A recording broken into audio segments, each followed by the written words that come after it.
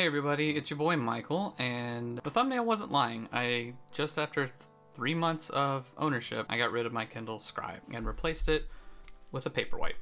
And I would just like to do a short little video to explain my reasoning behind that. I'd done a bunch of research prior to purchasing my Scribe. I watched a bunch of videos from a bunch of content creators, and they had nothing but rave reviews for it. And so I thought that this would be the device for me. And as you can tell by this video, it was not. Now, I just want to start by saying don't let me dissuade you from purchasing a Kindle Scribe if you're in the market for it. I'm just one random dude on the internet who didn't, fall into the demographic is really what it came down to. The Kindle Scribe at its core is a productivity device. It's for people who like to journal, like to draw, like to mark up PDFs for work, and need a device that'll last you for weeks between charges, and on the software side is highly reliable. But yeah, let's be honest, I'm not that guy. I read solely for pleasure and solely to engage my mind in a different activity that's not doom scrolling or playing video games or staring at a million screens for work. And so I thought personally that the bigger screen would be exactly what I wanted.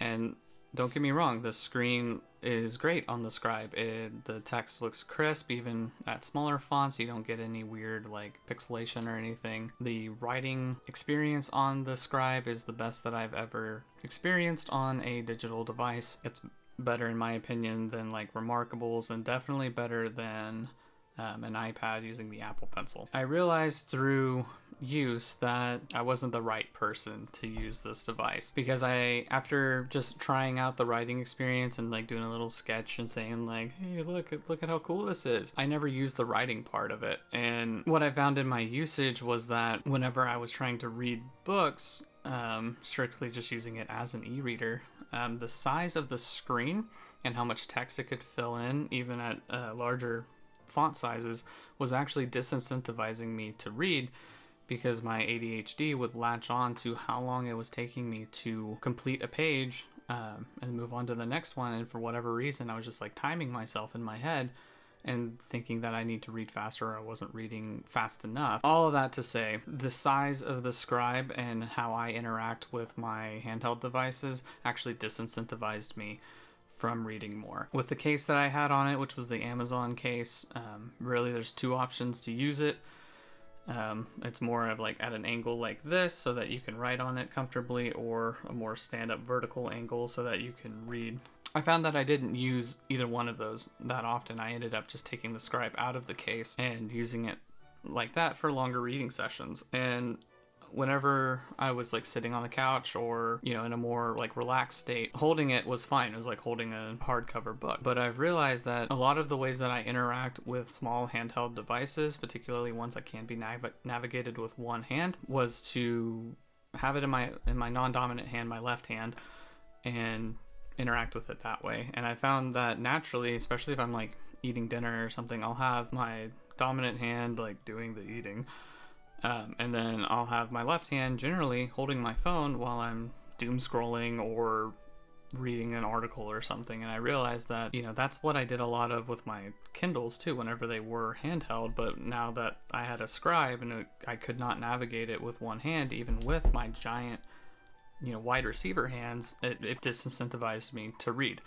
I also like to read in bed or on the couch, and I'm like one of those weird people who like hangs the Kindle off the side of the couch and holds it with one hand and reads it, or like holds it up like way up in the air like this to read it. And the Scribe is not really conducive to that kind of reading experience. All of that stacked on top of it just made me realize in the long term that what I really missed was something handheld like a Paperwhite that I could navigate with one hand, read comfortably in bed, throw it into a backpack or a back pocket of my pants, and just like carry it with me. I couldn't do any of that with the Scribe. Obviously, if you're in the market for a Scribe, it's a Kindle. It's going to be awesome. The writing experience on it is fantastic. However, I will say that the usage of it, of having to highlight a word in a book and then write a sticky note, and that's just, you can't write directly on the book unless it's an EPUB format or a PDF. That seems a little strange to me, especially because they're trying to appeal to the people that do like to annotate their books. That was just a bizarre choice to me, and it was something that I never ended up actually using because I don't really annotate my books. And finally, the options that Amazon gives you to write on books really came down to things that I would see at like Dollar Tree and stuff. Those books of like word searches, crossword puzzles, Sudokus, and even like daily planners and stuff. Those are all available on the Kindle store for like $8 or $9 just to be able to write on it on the Scribe. And that doesn't seem very worth it to begin with. And from what I could tell off of the reviews is that the books don't perform that well. I never actually tried one myself because I'm not spending that kind of money whenever I can just like buy a book to read for that money instead of just doing a crossword puzzle. If I'm gonna use a device like that to do crossword puzzles or Sudoku or whatever, then I'm just gonna get an iPad. So I think Amazon really dropped the ball on that, and they don't seem that interested in making it so that their users can't actually write and annotate on a book like it were a physical book. That's why I got rid of the Scribe. For those of you that are in the market for the Scribe or looking at, different points of view and stuff, just consider mine. This is just my personal story with the Kindle Scribe.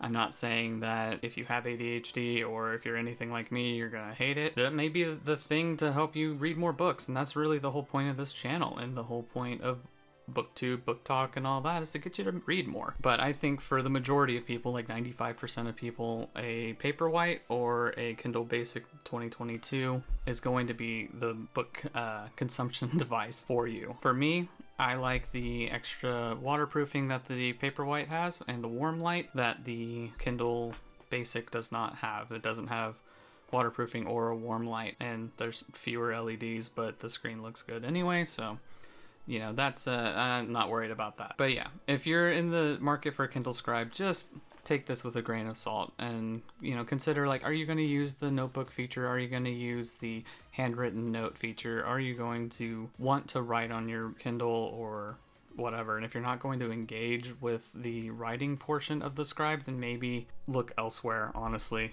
because that's what the Scribe is built for. It's built for productivity. It's built for writing. It excels at that. I want to bring that home, is that it excels at that. It's just not something that I cared about, and that combined with the size disincentivized me to read, and I didn't like that, so I got rid of it. But that's just my opinion. That's just my experience with the Kindle Scribe that I wanted to bring to you to give you all a different taste of what it's like to have the Scribe. With that being said, I thank you so much for watching. Thank you for hanging out with me.